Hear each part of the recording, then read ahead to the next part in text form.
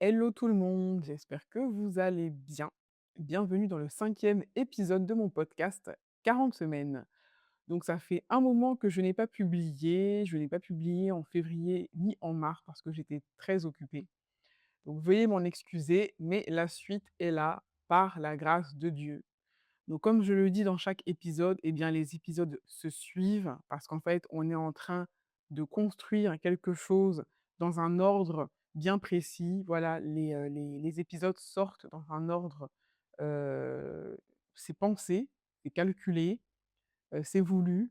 Donc c'est bien si vous n'avez pas écouté, les épisodes précédents, de les écouter, particulièrement l'épisode, 4, c'est-à-dire l'épisode juste avant celui que je suis en train d'enregistrer.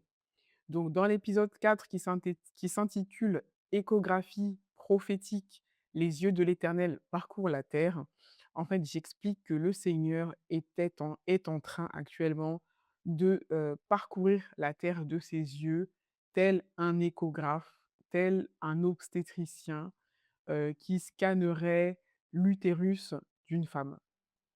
Donc pourquoi est-ce que j'utilise cette métaphore? Parce que, spirituellement, nous sommes tous appelés à porter la vie du Fils de Dieu en nous, que nous soyons un homme ou une femme. La Bible dit que si quelqu'un croit en Jésus, des fleuves d'eau vive couleraient de son sein. Et quand, la Bible parle de son sein, en fait, ça sous-entend de son utérus, mais en fait, Dieu parle de notre esprit. Donc, dans les temps actuels, le Seigneur est en train de scanner, il est en train d'échographier notre terre intérieure pour voir s'il y trouve la vie de son fils et particulièrement les battements cardiaques de son fils.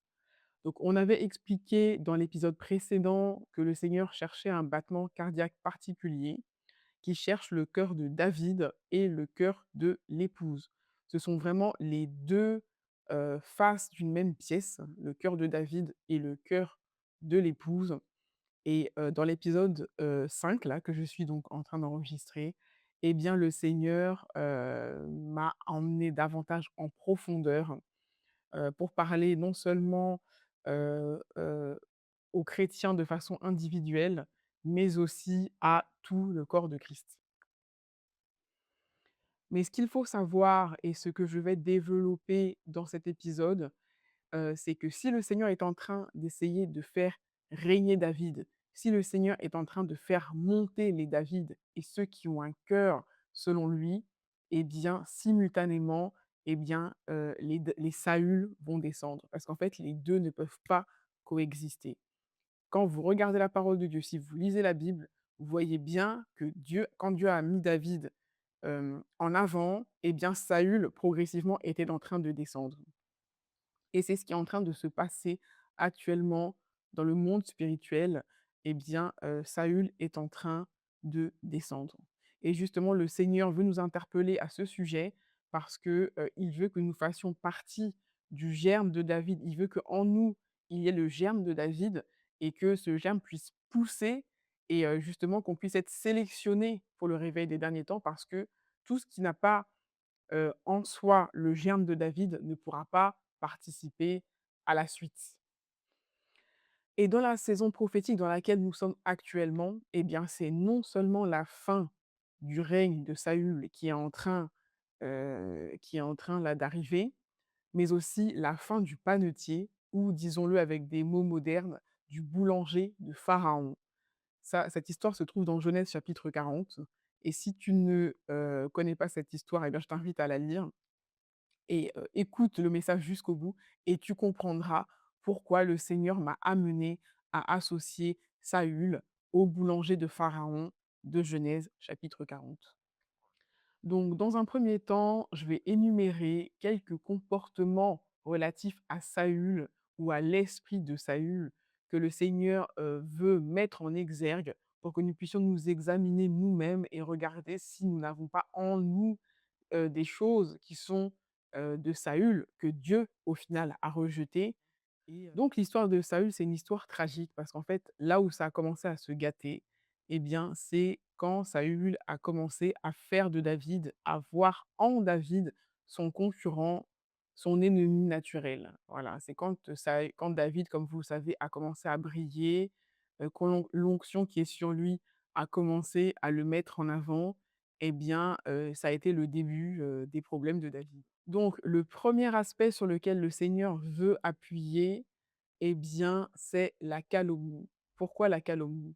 Parce que Saül, voyant, David, hem aimé de tout le peuple, voyant son trône menacé, voyant, sa réputation, on va dire, en berne, eh bien, il a commencé à prêter à David de mauvaises intentions. Il a commencé à mentir sur David et à, faire à David une mauvaise réputation et tout cela de façon mensongère, tout cela de façon, fallacieuse et c'est ce qu'on appelle la calomnie. Donc Saül a fait croire à tout le monde que David, convoitait le trône, alors qu'en réalité ce n'était pas du tout le cas. Au contraire, eh bien David a été un serviteur fidèle, de Saül. Il a béni le peuple, il a béni tout le peuple et aussi Saül, puisqu'il était chantre, de Saül et par l'intermédiaire de David, eh bien, Saül retrouvait la paix quand le mauvais esprit l'agitait et également au niveau du peuple, eh bien, David a combattu les guerres de l'Éternel. Donc c'est grâce à David que, comme vous le savez, eh bien, Israël, a été, libéré du Philistin, de Goliath. Donc le premier point concernant le cœur de Saül que je voudrais souligner, eh bien, c'est l'usage de la calomnie, l'usage de propos mensongers dans le but d'isoler David, dans le but, de lui faire une mauvaise réputation et tout cela à cause d'une racine d'insécurité, d'une racine, de jalousie que, Saül a laissé, grandir malheureusement. Le deuxième aspect, concernant le cœur de Saül que je voudrais traiter dans cet épisode, eh bien, après avoir usé et fait usage de la calomnie, eh bien, Saül a utilisé les représailles. Puisque comme vous le savez, eh bien, David a fui. David, a fui loin de Saül pour, sauver sa vie et il est parti donc, vous lirez dans 1 Samuel 21 et 22, il est parti, chez des sacrificateurs qui se trouvaient dans la ville de Nob, qui l'ont aidé et qu'est-ce qu'a fait Saül? Eh bien, quand il a su que ces personnes avaient aidé David, il les a tués. Donc il a fait usage de représailles. Donc c'était plus seulement de la calomnie, mais aussi des représailles pour dissuader toute personne qui voudrait ou qui, oserait aider David ou se mettre du côté de David.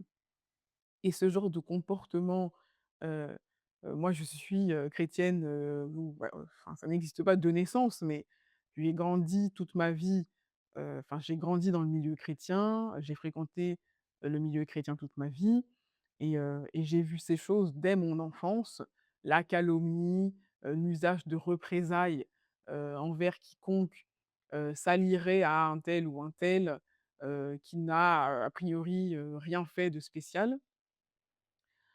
Et bien, toutes ces choses-là, c'est des choses qui sont courantes dans le corps de Christ et Dieu, aujourd'hui, met le doigt dessus parce qu'en fait, ce sont des caractéristiques qu'on retrouve dans la vie de Saül et qui ont précipité sa fin et qui ont précipité Saül vers le bas. Donc malheureusement, eh bien, quand on regarde, les intentions de Saül, eh bien, Saül exigeait la loyauté de la part de ses sujets. Il exigeait que tout le monde aille dans son sens, sans avoir même égard aux intérêts du royaume et aux intérêts de Dieu. Parce qu'en fait, il était dans l'intérêt du peuple que David soit là. Il était dans l'intérêt de Dieu que David soit à ses côtés.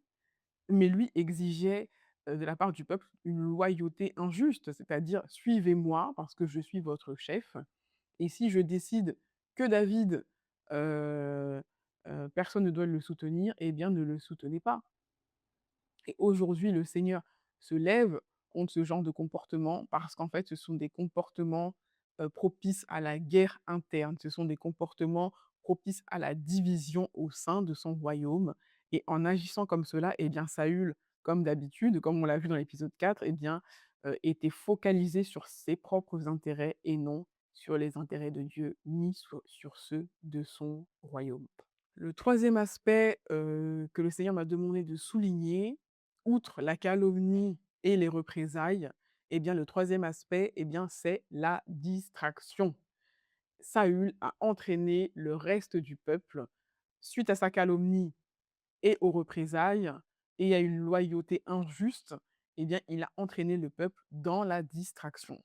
Pourquoi? Parce qu'ils se sont mis à poursuivre David. Il a entraîné toute une troupe avec lui pour poursuivre David dans sa fuite.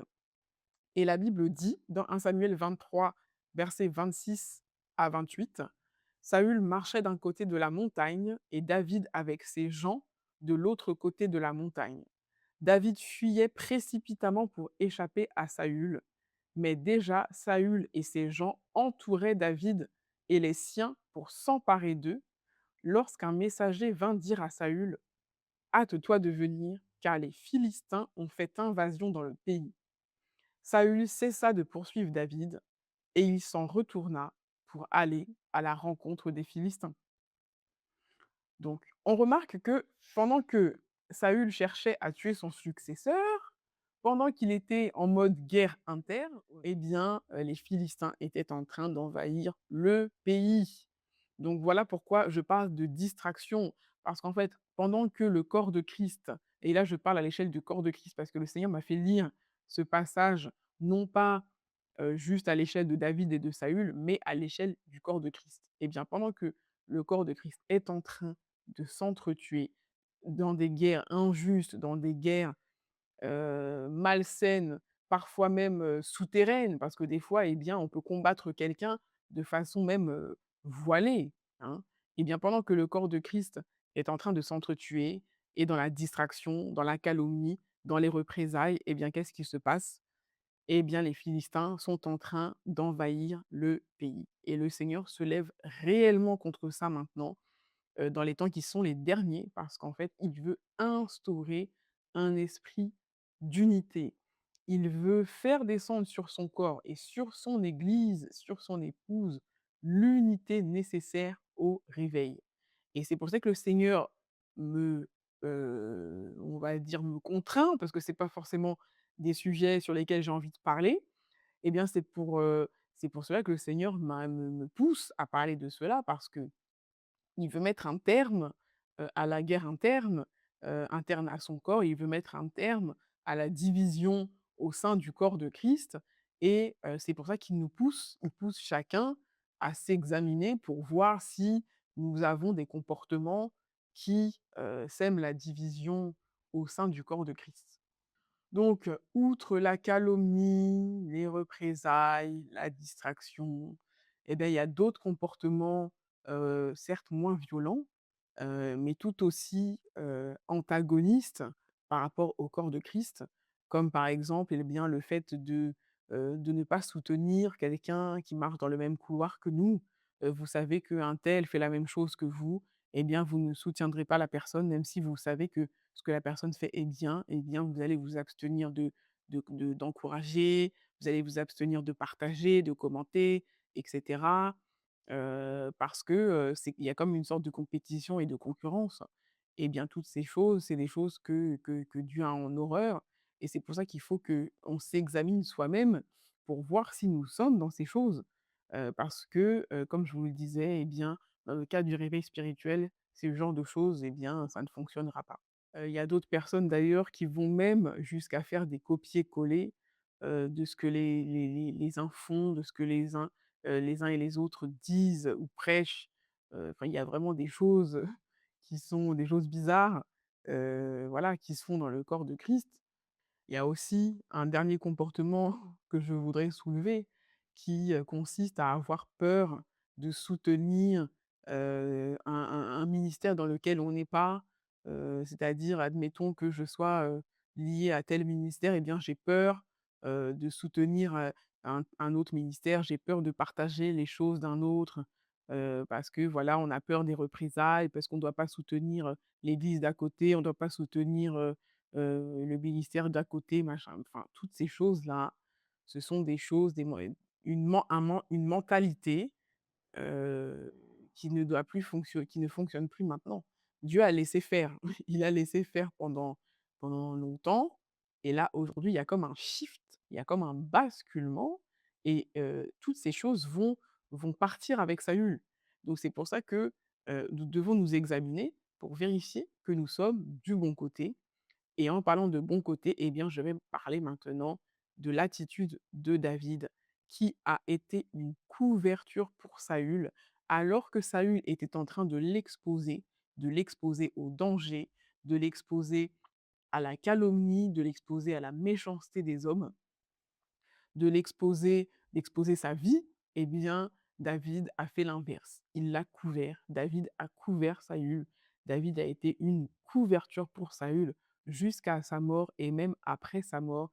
Et je vais vous expliquer ce que j'entends par exposition et par couverture.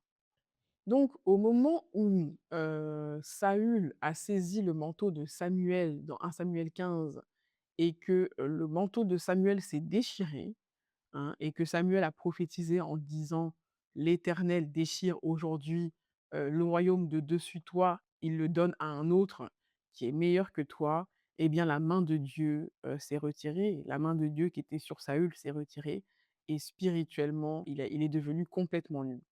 Mais Dieu a manifesté sa bonté envers Saül en mettant à côté de lui David. Donc l'onction de Dieu n'était plus sur Saül, mais elle était sur celui qui était à ses côtés, c'est-à-dire David. Et David était un soulagement pour, pour Saül. Il était même une couverture pour Saül, hein. Il a constitué une couverture, parce que quand il le soulageait par sa musique inspirée, il le couvrait, il couvrait sa nudité. Quand, Goliath s'est présenté et que personne, n'a pu faire quoi que ce soit, eh bien, David a été une couverture pour Saül et pour tout le peuple. Donc l'onction qui était, sur David a couvert Saül et ensuite quand, Saül non, il en pouvait plus là, il a dit: «Bon ce petit là, il faut que je le chasse, il faut que je le tue». Et bien même dans sa fuite, eh bien, David a continué à être une couverture pour Saül. Non plus, par l'intermédiaire de son onction, mais avec son cœur. C'est son cœur qui a continué à couvrir Saül. Donc quand je parle de couverture, en fait, couvrir ne signifie pas, couvrir dans le sens cacher le mal, dans le sens, être, cacher le mal à tout prix, cacher la réalité des choses. Quand je dis que, David a continué à être une couverture pour Saül, même dans sa fuite, eh bien cela signifie, triompher du mal par le bien. Au moment où, David a rencontré Saül dans la caverne, eh bien Saül était nu. Quand je dis qu'il était nu, ça veut dire que Dieu ne le protégeait plus. David le savait parce qu'il aurait très bien pu le tuer et c'en était fini pour Saül et David ne l'a pas fait. Il ne l'a pas fait. Donc il a continué de couvrir Saül avec son cœur. De même que les enfants de Noé, eh bien quand Noé s'est découvert, quand il avait bu, il était ivre, eh bien il s'est découvert, on voyait sa nudité, eh bien les enfants de Noé, ont couvert leur père en avançant à reculons, ils ont couvert sa nudité. Donc, quand je parle de couverture, eh bien, je parle de triompher du mal par le bien, c'est-à-dire ne pas répondre au mal pour le mal, arrêter l'hémorragie du corps de Christ, arrêter les meurtres dans le corps de Christ.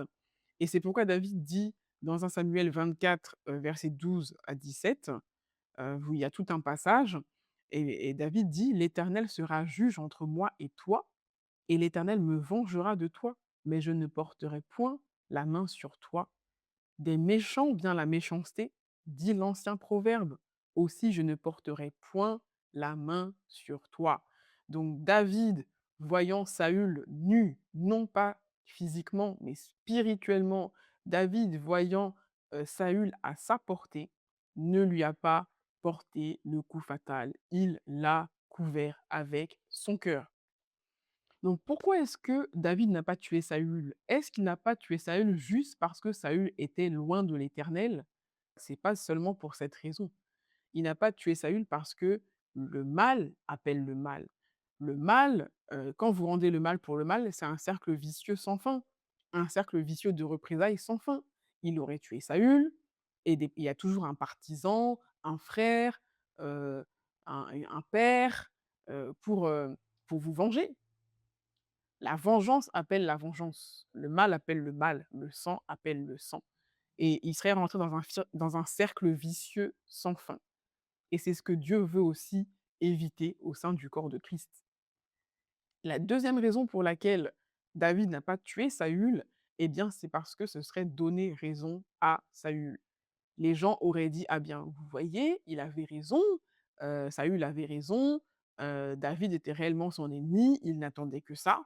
Dès qu'il l'a eu à sa portée, il l'a tué. Vous voyez, David est un homme sanguinaire, David convoitait le trône, il était réellement un traître». Voilà, et en fait, ça aurait été donner raison à Saül que de faire ça. Donc c'est une des raisons pour lesquelles, Dieu n'a pas permis à David de porter la main sur Saül. Parce que Dieu voulait que David ait un trône, stable, ait un trône paisible, et qu'on n'attribue pas, à David, ce mal-là.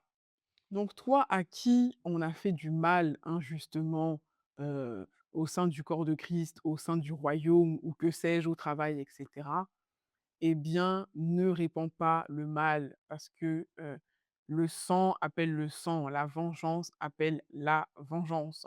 Et écoute plutôt ce conseil sage d'Abigaïl à David dans l'affaire concernant Nabal, dans 1 Samuel 25, versets 28 à 31.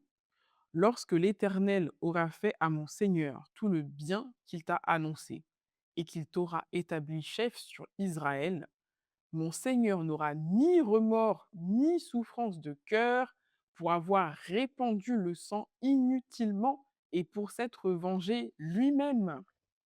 Donc cette femme est très sage, hein. Elle a empêché David de porter la main sur Nabal, sur celui qui a rendu à David et à ses gens le mal pour le bien. Voilà, donc c'est aussi une stratégie, hein, que de laisser, Dieu faire, plutôt que d'avoir du sang sur les mains et de rentrer dans une guerre, interminable. Où est-ce que je veux en venir aujourd'hui? Alors, par rapport à David, le fait qu'il ne rende pas le mal pour le mal, ce n'était pas juste stratégique ou bien par peur de toucher à loin de l'Éternel, c'est parce que David avait véritablement un cœur pour le royaume. David considérait les intérêts du royaume au-dessus même de ses propres intérêts personnels. David avait vraiment un cœur de berger, il avait vraiment un cœur, je dirais, oui, là, on peut le dire nationaliste.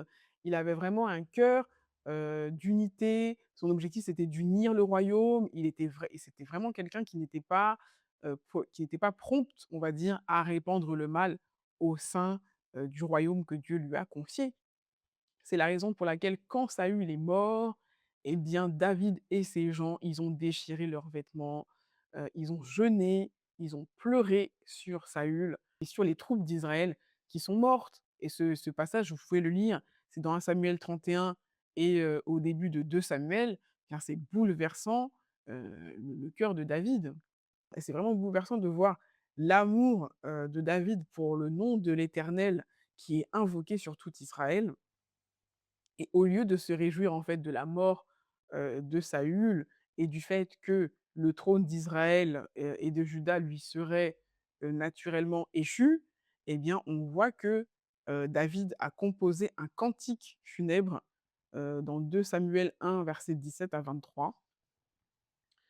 Et donc voici le cantique funèbre que David composa sur Saül et sur Jonathan son fils.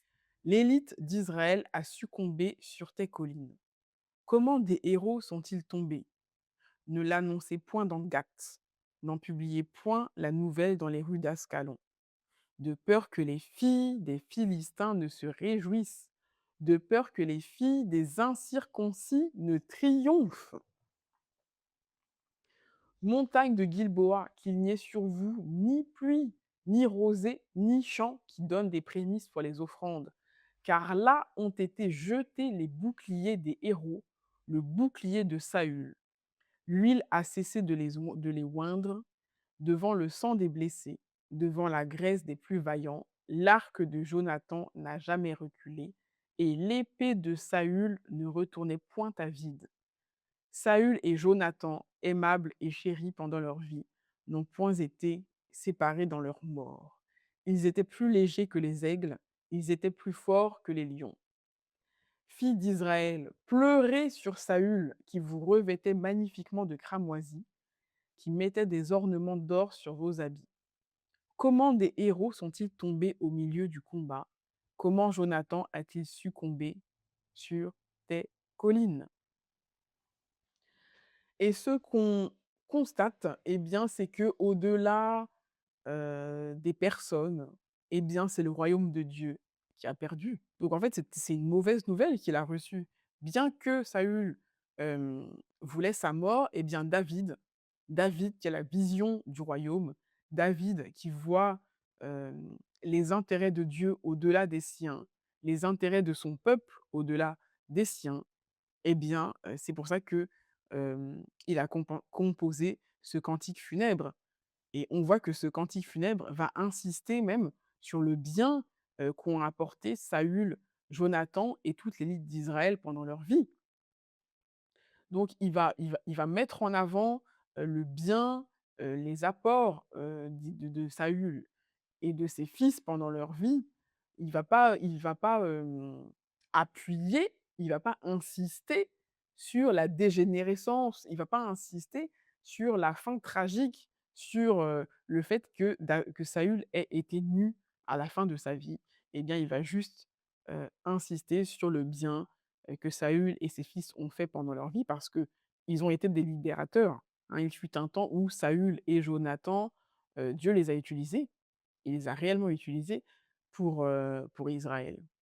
Donc c'est ce passage, il est vraiment bouleversant. La façon dont David défend le nom de Dieu sans penser à lui-même et à ses propres intérêts en premier, je trouve que c'est vraiment remarquable et c'est vraiment le type de cœur que le Seigneur veut que nous ayons en cette saison.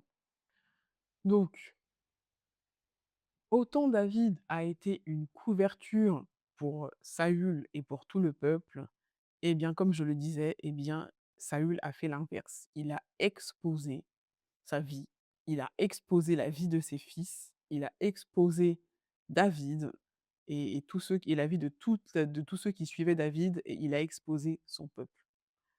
Et tel il a fait, tel il est mort. Quand on regarde la mort de Saül, eh bien, elle reflète le mal qu'il a fait pendant sa vie, hein, parce qu'il a exposé tout le monde au danger. Heu, il est devenu l'ennemi de non seulement il est devenu l'ennemi de Dieu en se levant, contre Dieu et en s'enfonçant dans la désobéissance, mais en plus de cela, eh bien, il a entraîné dans sa chute, beaucoup de monde, ses fils et les troupes d'Israël.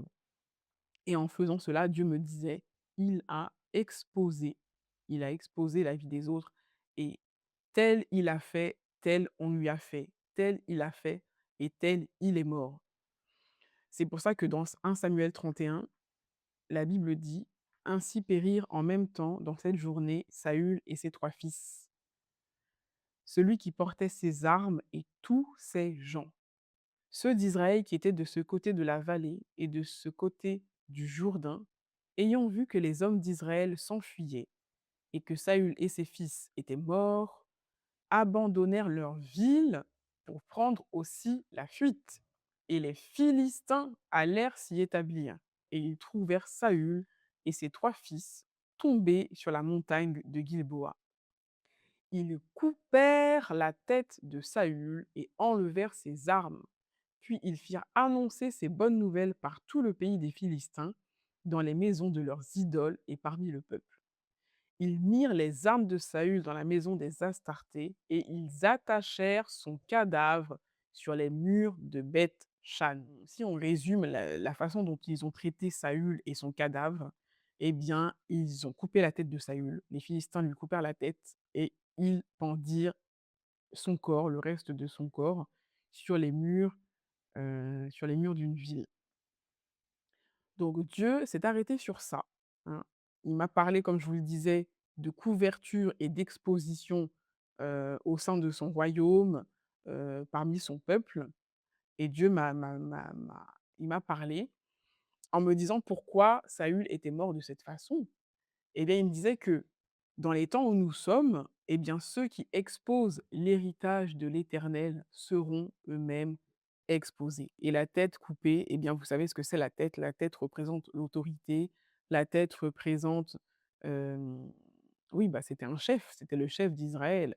Et si Dieu a permis que sa tête soit coupée, eh bien, c'était pour que l'autorité et la royauté quittent la lignée de Saül et passent directement dans les mains d'un autre. Donc Dieu me disait, pour résumer cette partie de l'épisode, que celui qui couvre avec son bon cœur sera couvert par la main de Dieu, mais que celui qui expose le corps de Christ au danger sera exposé et retranché du réveil qui arrive, car Dieu veut instaurer un esprit d'unité. Et vous verrez que même après la mort de Saül, David n'a pas arraché la royauté, hein. Quand Saül est mort, il y a un de ses fils qui avait survécu, du nom d'Ish-Bosheth, et vous verrez que Ish-Bosheth a pris les rênes du pouvoir, hein. Il est devenu roi d'Israël, il a régné sur Israël, il me semble, pendant quelques années, mais c'est pas David qui a tué Ish-Bosheth.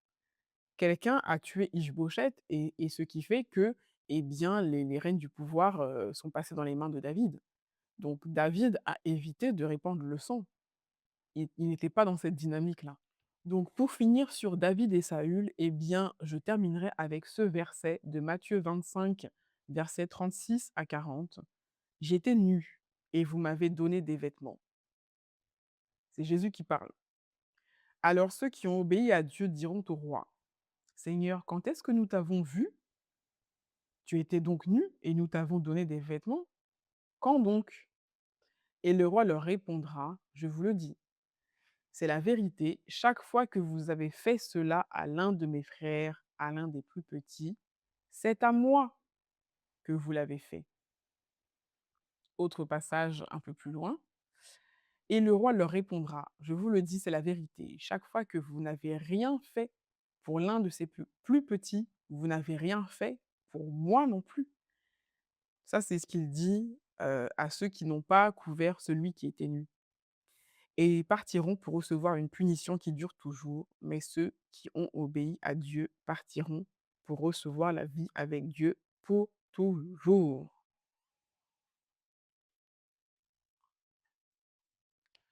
Donc, après m'avoir apporté un éclairage prophétique sur Saül, sur le comportement de Saül et sur la fin de Saül, le Seigneur m'a demandé de lire Genèse chapitre 40. Je pense que vous connaissez ce passage qui traite de Joseph en prison.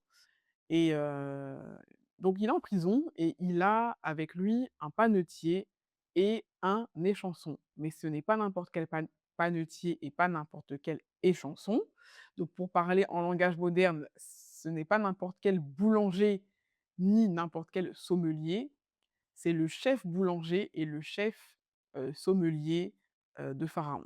Et donc le Seigneur me disait de relire ce passage et je me disais en moi-même: «Mais qu'est-ce que je vais apprendre de nouveau?» Ce passage-là, je l'ai lu toute ma vie, je le connais, qu'est-ce que je vais apprendre de nouveau? C'est comme si je sentais le Saint-Esprit planer au-dessus d'un passage biblique, prophétiquement, et dès que je me positionne là où il se trouve, c'est-à-dire où j'ouvre ma Bible pour lire le passage sur lequel il plane, eh bien, il plonge et il m'explique, le passage en question. Donc je ne m'attendais pas du tout à avoir une compréhension de ce passage-là, mais en lisant, eh bien, le Seigneur m'a apporté un éclairage que je n'avais jamais eu, heu et en fait, il m'a expliqué pourquoi, entre les 2 prisonniers, eh bien, l'un a été acquitté et l'autre a été, condamné.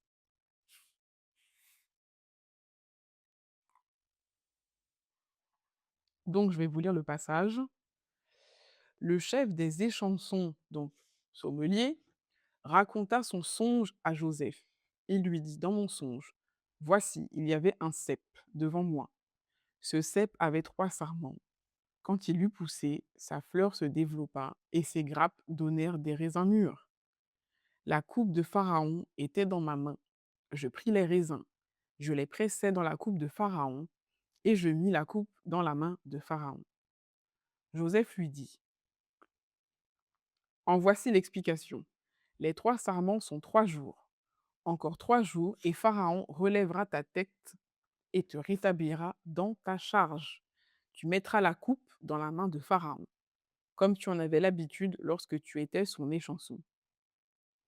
Le chef des panetiers, voyant que Joseph avait donné une explication favorable, dit, voici, il y avait aussi dans mon songe 3 corbeilles de pain blanc sur ma tête.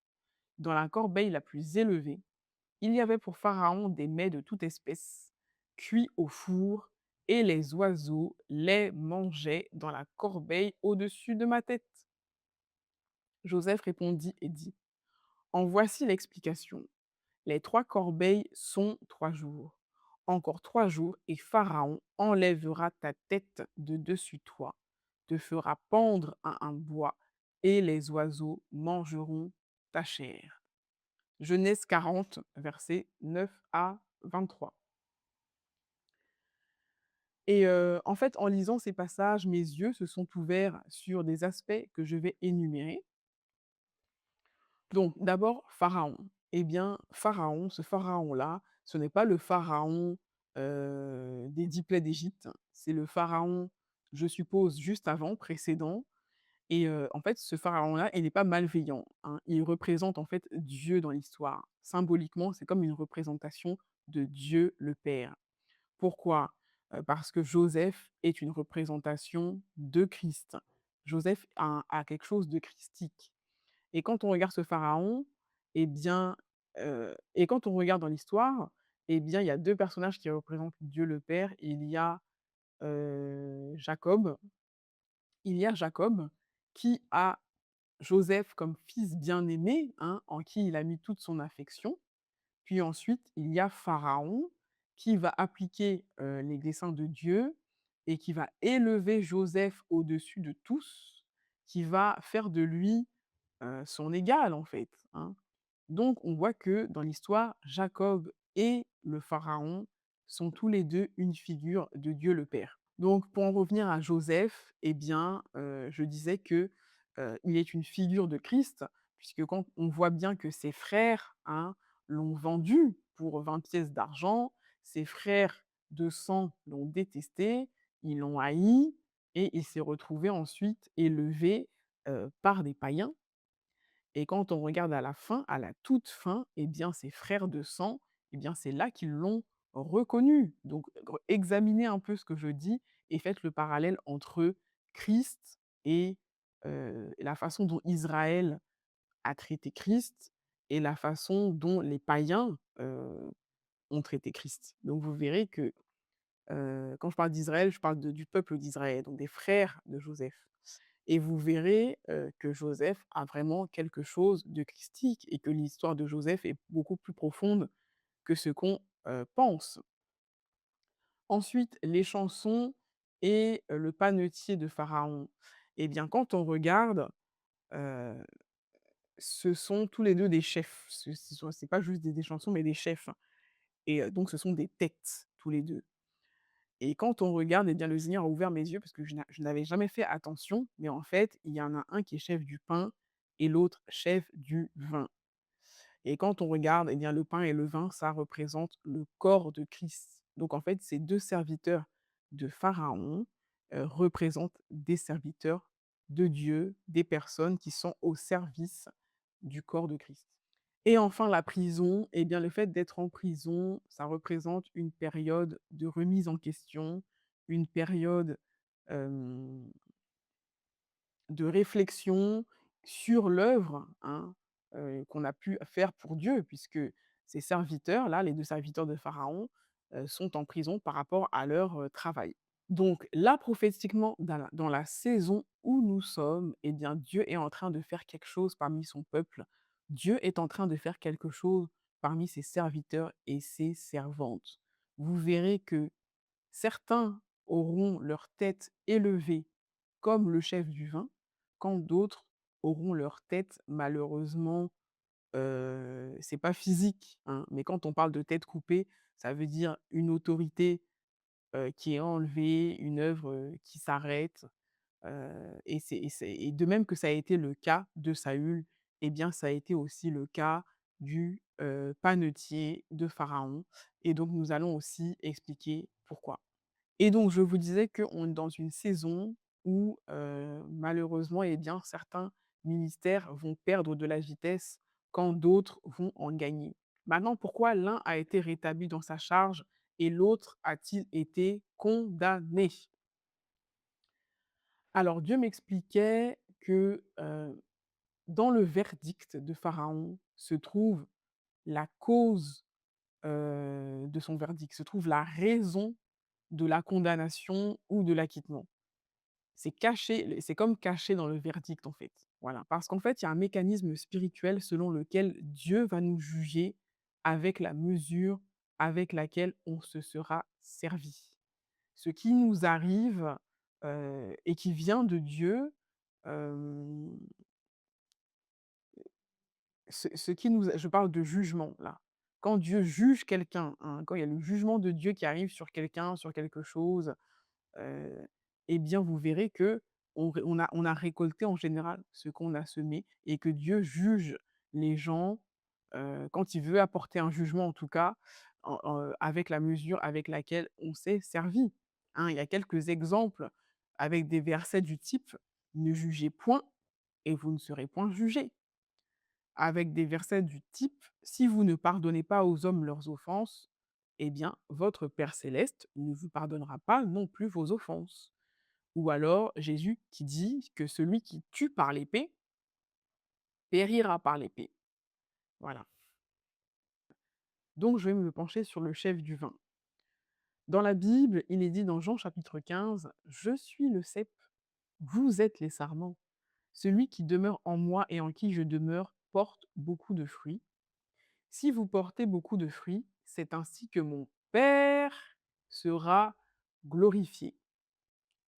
Donc, dans l'histoire du chef du vin, on a un serviteur fidèle dans sa charge. Les raisins sont arrivés à maturité. Il presse les raisins dans la coupe de Pharaon et il remet la coupe, dans la main de Pharaon. Et n'oubliez pas que, que la cause est cachée dans la conséquence, hein. La cause de son acquittement, elle est cachée dans, ce rêve, en fait. C'est parce qu'il a été fidèle, c'est parce que, i on va dire que dans son travail, eh bien, le Père a été glorifié, qu'il a été acquitté.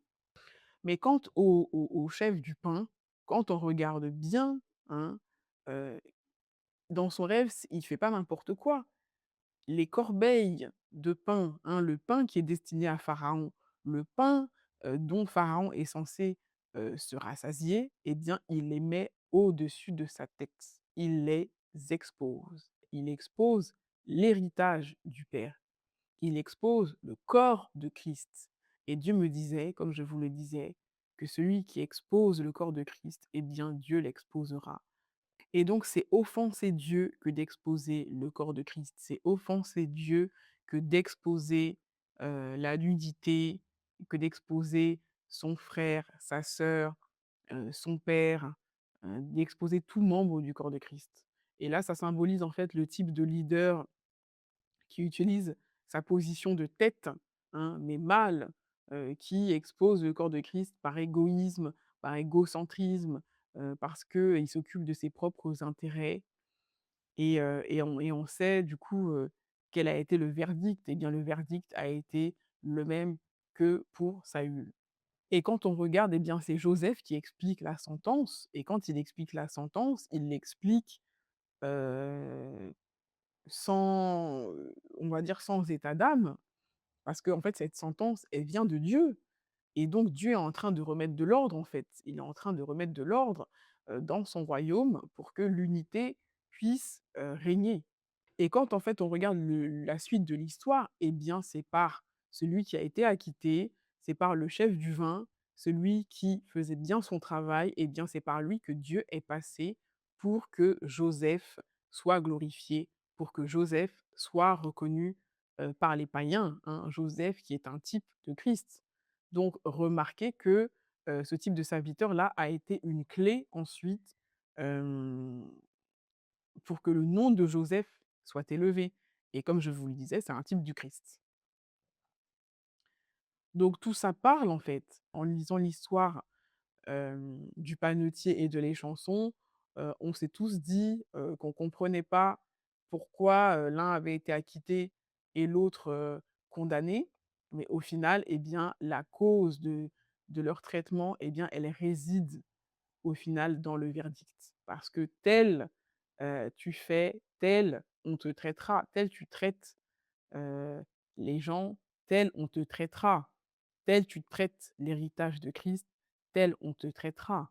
Et c'est pour ça que, Dieu a fini par permettre que le corps de Saül soit exposé parce qu'il avait exposé l'héritage de Dieu, hein. Et c'est pour ça que celui qui expose le corps de Christ, eh bien Dieu l'exposera. Et c'est pour ça que Dieu dit aussi que, vous êtes le temple de Dieu, mais que celui qui détruit le temple de Dieu, Dieu le détruira. Donc le leadership de type Saül, on n'est plus dans cette ère-là. Dieu s'est levé. Dieu s'est levé contre tout ce qui divise son peuple. Dieu s'est levé contre tout ce qui divise son corps et il est en train de faire ce cri actuellement. Et au final, on aurait pu imaginer des rêves différents. On aurait pu imaginer, par exemple, que, Pharaon, se soit mis en colère contre le panetier parce qu'il n'était pas productif et que, Pharaon attendait du pain et que dans les corbeilles, il n'y ait pas grand-chose et que le peu qui est dans les corbeilles, les oiseaux viennent le picorer. Mais au final, c'est pas ça. Heu Au final, il y a i c'est les corbeilles étaient remplies. Il y avait bien du pain dans les corbeilles. Le problème n'était pas la non-productivité. Le problème, eh bien, c'est que ce serviteur a laissé les oiseaux qui représentent le diable, hein, comme dans la parabole du semeur dans le Nouveau Testament. Eh bien, le problème, c'est que ce type de serviteur qui est bien productif, eh bien, a, laissé les oiseaux manger l'héritage de Dieu, a laissé les oiseaux manger l'œuvre de Dieu, a laissé les oiseaux manger ce qui devait arriver dans les mains, de Dieu. Donc maintenant, je voudrais parler de l'esprit de corps, de la vision du corps que le Seigneur voudrait que nous ayons pour le réveil spirituel des derniers temps, que nous ayons pour pouvoir avancer comme une armée, que nous ayons pour pouvoir avancer comme un seul homme. Et Dieu, reproche dans Agé, hein, il reproche au corps de Christ de ne pas avoir, la pensée du royaume, hein. Il reproche à chacun de penser à ses intérêts au lieu de travailler, de façon coordonnée pour les intérêts de Dieu, hein. C'est dans Agé chapitre 1 versets 1 à 11. «Voici les paroles du Seigneur de l'univers. Ces gens-là disent que ce n'est pas encore le moment de reconstruire mon temple. Eh bien, est-ce que c'est le moment d'habiter dans vos maisons bien décorées pendant que mon temple est un tas de pierres? Maintenant, je vous le demande, moi, le Seigneur de l'univers, réfléchissez à ce que vous faites. Vous avez semé beaucoup, mais récoltez peu. Vous mangez, mais pas à votre faim. Vous buvez, mais pas autant que vous voulez. Vous portez des vêtements, mais vous avez froid. Vous gagnez votre vie, mais votre argent va dans un sac troué. Je vous le dis encore, moi, le Seigneur de l'univers, réfléchissez à ce que vous faites. Montez sur les collines, rapportez du bois et reconstruisez mon temple. Alors cela me plaira et j'en recevrai de la gloire. Je le dis, moi, le Seigneur. Vous attendiez beaucoup de vos champs et vous avez récolté peu. Ce que vous avez rapporté chez vous, j'ai soufflé dessus et tout a disparu. Pourquoi donc, je vous le demande, moi, le Seigneur de l'univers? Eh bien, c'est parce que mon temple est un tas de pierres pendant que chacun de vous s'occupe avec soin de sa propre maison. C'est pourquoi aucune pluie n'est tombée et la terre n'a rien donné. J'ai fait venir la sécheresse dans le pays, sur les collines, dans les champs de blé, dans les vignes, dans les plantations d'oliviers et sur les autres cultures. Les humains et les animaux en ont souffert et tout votre travail a été perdu. Donc la maison dont chacun s'occupe avec soin, c'est une vie, c'est un foyer, c'est un ministère, c'est une assemblée, c'est une église. Heu et ce que Dieu dit, c'est que, eh bien, on chacun s'occupe de ses propres affaires, chacun essaye de protéger, de faire prospérer ses propres affaires personnelles, hein, son ministère personnel, son église, sa vie, son foyer, sa maison et cetera, sans penser de façon large aux intérêts de Dieu, sans penser que le temple de Dieu, lui, a besoin d'être reconstruit. Et Dieu dit que c'est pour cette raison-là que jusqu'à aujourd'hui, vous attendiez la moisson, il n'y a rien eu. Vous attendiez, vous avez semé, vous avez tout fait pour récolter, heu, des âmes, pour récolter, pour que le ministère soit prospère et cetera et mais c'est Dieu qui a permis que la terre ne donne rien et et que ce qu'on récolte, eh bien, ça finisse dans un sac troué. Or, Dieu dit, dans Esdras, hein, que, les rescapés de Babylone, que ceux qui sont revenus de Babylone, eh bien, ils ne se sont pas levés n'importe comment, ils se sont levés comme un seul homme. Ils se sont levés de façon unie, comme une armée, bras dessus, bras dessous et eh bien, ils ont rebâti, la ville et c'est ce que Dieu veut aujourd'hui. Donc maintenant, je vais finir avec le mouvement actuel que Dieu est en train de faire et d'opérer dans le corps de Christ. Et ce mouvement, il correspond à Ézéchiel chapitre 37, Ézéchiel qui est aussi un prophète de la déportation à Babylone et qui prophétise le retour d'Israël et dans sa patrie. Alors, et je prophétisais selon qu'il m'avait été commandé, et comme je prophétisais, il y eut un bruit, et voici, il se fit un mouvement, et les os se rapprochèrent, un os de son os. Vous connaissez cette vision des os éparpillés et desséchés dans la vallée. Eh bien, quand Ézéchiel se met à prophétiser, les os se rapprochent, un os de son os, c'est-à-dire que les squelettes s'assemblent de façon ordonnée. Et donc Dieu me disait que l'unité commence par un assemblage ordonné, au sein du corps de Christ et c'est le mouvement qu'il est en train de faire aujourd'hui. Je vous donne un exemple, eh bien, hem, admettons que je sois un avant-bras, eh bien le Seigneur va me connecter avec des personnes qui ont des choses en commun avec moi, c'est-à-dire, heu, le poignet, l'articulation du poignet. Voilà. Admettons que Dieu me connecte avec la main, eh bien moi j'ai en commun avec la main l'articulation du poignet et Dieu va me connecter avec un autre groupe de personnes ou avec d'autres personnes, donc qui sont le bras et qui ont avec moi en commun le coude. Voilà, donc Dieu va faire en sorte que, heu, ceux avec lesquels on a des choses en commun, eh bien qu'on soit connectés et que l'assemblage soit parfait. Donc l'unité ne sous-entend pas d'être connecté avec tout le monde, avec la terre entière, avec le corps de Christ dans sa globalité. L'unité, c'est plutôt le fait que c'est plutôt une mentalité, c'est un mindset, c'est le fait de se dire que je suis un maillon d'une chaîne, je fais partie d'un tout et si un membre du corps qui n'est pas connecté à moi ou qui est différent de moi est nu, eh bien je ne vais pas prendre ma main pour porter le coup fatal, je vais plutôt, le couvrir. Je vais plutôt couvrir, ce membre qui est atteint. Parce que c'est le nom de Dieu qui est en jeu. Et encore une fois, couvrir ne signifie pas couvrir le mal. Couvrir signifie plutôt ne pas, augmenter l'hémorragie, ne pas rendre le mal pour le mal. Donc la suite d'Ézéchiel 37: «Et je vis, et voici, il vint sur eux des nerfs, et cetera. Et il me dit: prophétise au souffle, prophétise, fils de l'homme, et dit au souffle, ainsi dit le Seigneur l'Éternel, esprit, viens des quatre vents, et souffle sur ces tués, et qu'ils vivent. Et je prophétisais selon qu'il m'avait commandé, et le souffle entra en eux, et ils vécurent, et se tinrent sur leurs pieds une immense armée. Et il me dit: Fils de l'homme, ces eaux sont toute la maison d'Israël.